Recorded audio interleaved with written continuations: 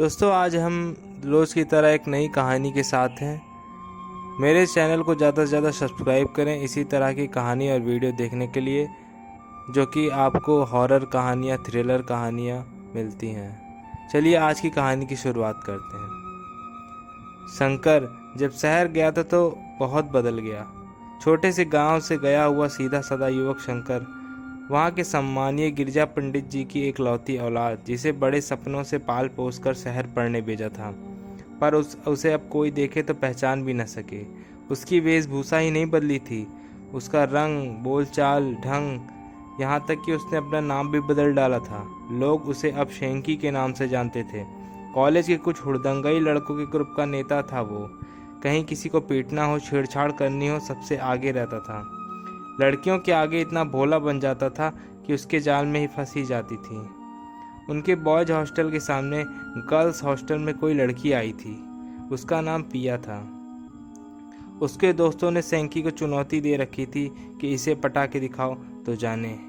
पहले पहले सैंकी ने ध्यान नहीं दिया। फिर एक दिन उसने पिया की फ़ोटो देखी कि कितनी खूबसूरत लड़की थी और उसके देखता ही रह गया। अब तो उसके मन में भी इच्छा जागी कि हाँ, इस लड़की से दोस्ती करनी ही पड़ेगी, जिसे देखते ही पहली नज़र में उसे प्यार हो गया था। सैंकी सुबह शाम गर्ल्स हॉस्टल के चक्कर लगाता था, पर उसे साक्षात कभी देख नहीं पाया। पर किसी दोस्त ने बताया कि वो सामने वाले प्रियदर्शनी पार्क में सुबह शाम जॉगिंग के लिए जाती है। सैंकी को उससे मिलने की बहुत बेताबी थी। वो पहुंच गया सुबह सुबह।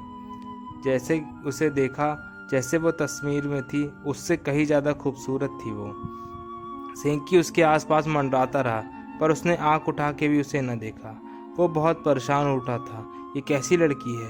शायद पहली है जो उसके जाल में फंसने से बच रही थी। इसने तो आंख उठा के भी उसे नहीं देखा। ऐसे कैसे?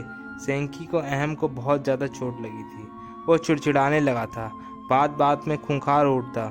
चाह के भी पिया की बेरुखी उसे सहन न होती। जितनी भी कोशिश करता उसे बुलाने की, वो और ज़्यादा दिमाग में आती। एक दिन हल्का शाम का धुंधलका छाने लगा और वो पार्क में घूम रहा था। पीछे से किसी आवाज़ ने उसे बढ़ते कदम को रोक दिए। एक सुरीली मीठी सी आवाज़ उसे पुकार रही थी, हेलो शैंकी।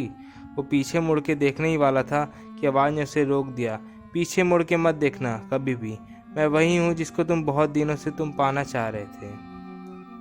वो बोला, तुम पिया हो? वो सुरीली आवाज़ में हंसी, क्या बात है, दाद देनी पड़ेगी, लेकिन ध्यान रखना कभी मुझे पीछे मुड़ के मत देखना। तो शैंकी ने बोला, तो आप मेरे बराबर आ जाइए ना। नहीं, ऐसा नहीं हो सकता, वो बोली। क्या मैं इसका कारण जान सकता हूँ? शैंकी ने पूछा। इतना बोलने वाले मुझे पसंद नहीं है। पीछे से आवाज़ का सुरीलापन कम होता जा रहा था। हाँ हाँ, नहीं, पीछे मना किया ना, बार बार चेतावनी नहीं दूंगी। अचानक सैंकी को कोई मजबूत हाथ अपनी गर्दन पर महसूस हुए। छोड़े, वो गिड़गिड़ा उठा। हाथों की पकड़ धीमी हो गई। सैंकी बहुत डर गया, गहरी गहरी सांस लेने लगा और आगे बढ़ने लगा। थोड़ी दूर जाने पर उसे लगा कि अब उसके साथ कोई नहीं था, लेकिन पीछे ने देखने को मना किया था, इसलिए वो सीधा कमरे पर जाकर बिस्तर पर गिर गया। सैंकी बहुत डर गया था। उस दिन कुछ दिनों से वो पार्क नहीं गया। मन में अकुलाहट थी कि ये पिया ही थी या कोई और। हिम्मत बटोर आज फिर वो चल दिया। पार्क में आज पिया दिखाई नहीं दी। वो निराश भी था और रिलैक्स भी था।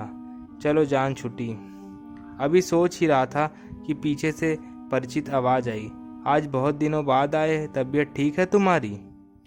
शाबाश, पीछे नहीं देखना, समझदार हो गए हो, वो बोली।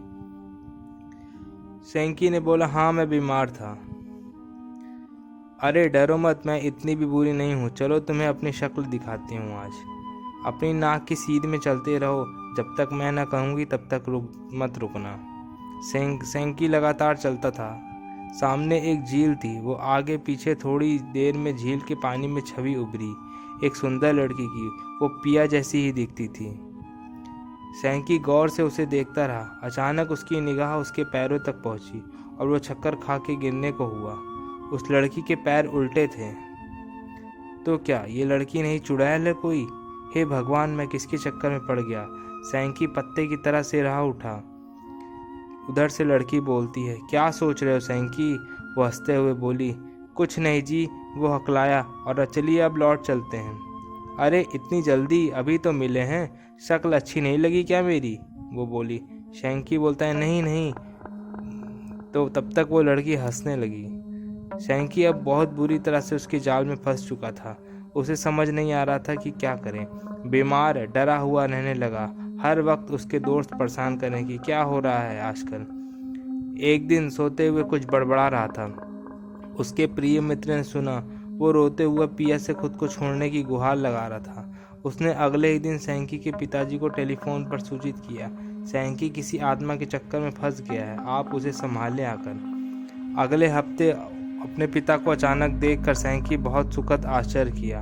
वो उनसे लिपट कर फूट फूट कर रोने लगा और उनसे कहा, पिताजी मुझे बचा लीजिए, आइंदा कोई गलत काम नहीं करूँगा। उसके पिता ने सारी बात सुनी, अपने मित्रों से इस बारे में परामर्श किया और सैंकी को सारी योजना समझाई। योजना अनुसार सैंकी सुबह जल्दी ही पार्क पहुंच गया। थोड़ी देर में वो आवाज़ आई और वो लड़की उससे बातें करने लगी। आज फिर उसने सैंकी को सीधे अपने बताए रास्ते पर चलने को कहा। सैंकी चुपचाप चलता रहा। वो दोनों एक वीरान खंडहर तक जा पहुंचे। हवा की सनसनाहट, सूखे पत्तों की चिड़चिड़ाहट उस जगह को डरावना बना रही थी। कुछ चमगादड़ उड़कर सैंकी के कान के पास से तीर की तरह निकले। वो डर गया। वो लड़की उसे वीराने में ले जाकर पटकने वाली थी कि सैंकी फुर्ती से पीछे मुड़ा और असावधानी में वो लड़की कुछ न कह पाई। मामला समझ में आते ही वो चिढ़ गई और बोली, तुम पीछे कैसे मुड़े?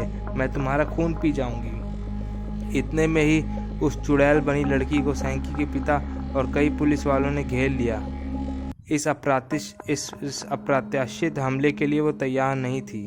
पुलिस को उसने बताया कि उसके पिता गरीब थे, ठेला लगाते थे। एक बार किन्हीं रसूखदारों ने उनका ठेला छीन लिया और उन्हें मार डाला। तब उनका परिवार भूखे मरने लगा। तब से उसने ये उल्टे पैर लगाकर चुड़ैल बनकर लोगों को लूटना शुरू किया है। वो मानव अंगों की तस्करी भी करवाती थी। उसके बताने से समाज में कोई इज्जतदार लोगों के सामने भी आए। सैंकी ने तौबा कर ली कि अब पढ़ूंगा शहर में बस, और बाकी कोई काम नहीं करूंगा। तब से सैंकी एकदम से सुधर गया और ये सारी चीज़ें छोड़ दी उसने और मन लगाकर पढ़ाई करने लगा और पिता के सही रास्तों पर चलने लगा। दोस्तों, आज की कहानी से हमें ये सीख मिलती है कि हमें भी कभी भी किसी लड़की के चक्कर में नहीं पड़ना चाहिए, अपने कर्म पे ध्यान देना चाहिए। आज की कहानी आप लोगों को कैसी लगी कमेंट पे अपनी राय ज़रूर दें और चैनल को ज़्यादा से ज़्यादा सब्सक्राइब करें। चलते हैं, मिलते हैं एक नई कहानी के साथ। तब तक के लिए आपका दिन शुभ हो।